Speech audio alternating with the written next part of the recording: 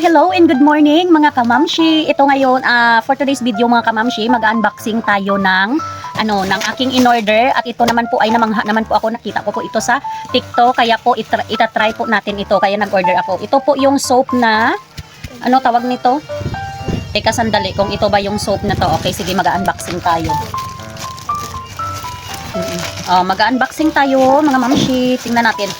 Kasi yung mga marami akong parati akong nagsuswipe sa aking sa aking TikTok, tapos every time nagsuswipe ako na ko to na lumalabas sa sa aking newsfeed. Ayan, kaya tinry ko. Ayan, yung soap ngayon na Dermo Republic. Ayan, try natin itong soap na Dermo Republic. Kung maganda ba o try natin to. Ayan. Ayan, open natin mga mamshi. Ano bang mag-open ito? Ay nako, dyan pa ako nag-open. Kinat ko pa, andito pala.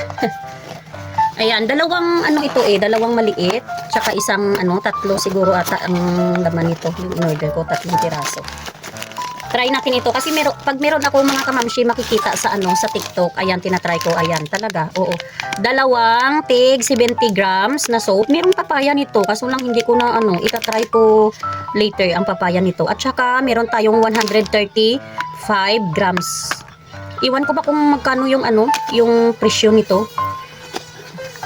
Ilalagay ko na lang yung price diyan mga kamamshi. Nagtatry ako ng sabon na to. Tapos alam nyo ba mga kamamshi, para maka acne and oil control bar soap.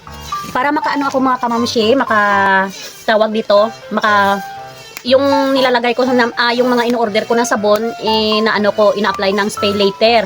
Tapos 12 months ko, yung babayaran ko, depende sa order ko kung magkano yung order ko. Tapos yung binabayaran ko na lang mga kamamshi, bawat buwan ay 54 pesos. Kasi mahirap yung buhay dito sa probinsya mga mare. Ayan. Kaya ganyan po ako kung gusto ko yung sabon na yan, gusto ko yung sunscreen na yan. Ayan, nagsispay later na lang ako. Kayong pera mo na ikakash, i-CCOD mo, hindi magagamit mo pa sa mga sa importanteng bagay. Ayun lang mga kamamshi. At i-update ko din kayo sa na siguro mga after 7 days siguro ng paggamit ko nito. Ayun, thank you for watching.